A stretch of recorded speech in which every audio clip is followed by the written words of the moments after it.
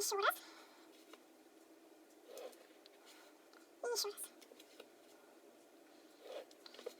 Как это наш язык, также мы приступаем к верху. Вот так.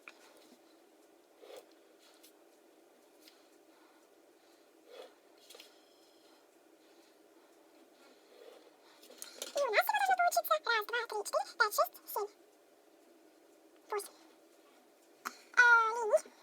И так будет удобнее. Потому что по-другому будет неудобнее. Можно 8 линий, можно 7, можно 10, смотря какой ширины у вас смайлик, какой клеточек вы отступаете отсюда. И наш смайлик готов, осталось его только разукрасить нашими карандашами. Я буду делать цвета радуги.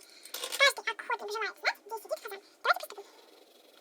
Красный. Вообще вы можете раскрашивать, как вы хотите. Мне хотелось, чтобы мой язычок был разноцветный.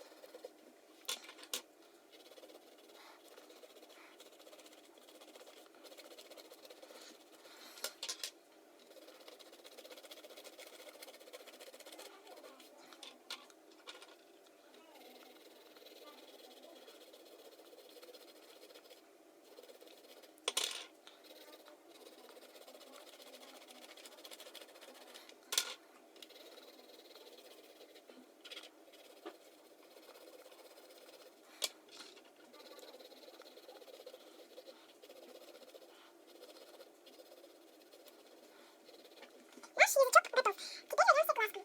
Чтобы раскрасить глазки, я возьму коричневый и черный.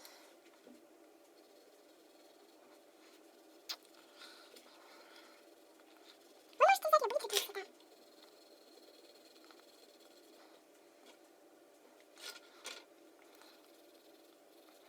У меня коричневый слишком светлый, и в камере видно, что это как будто темно-розовый.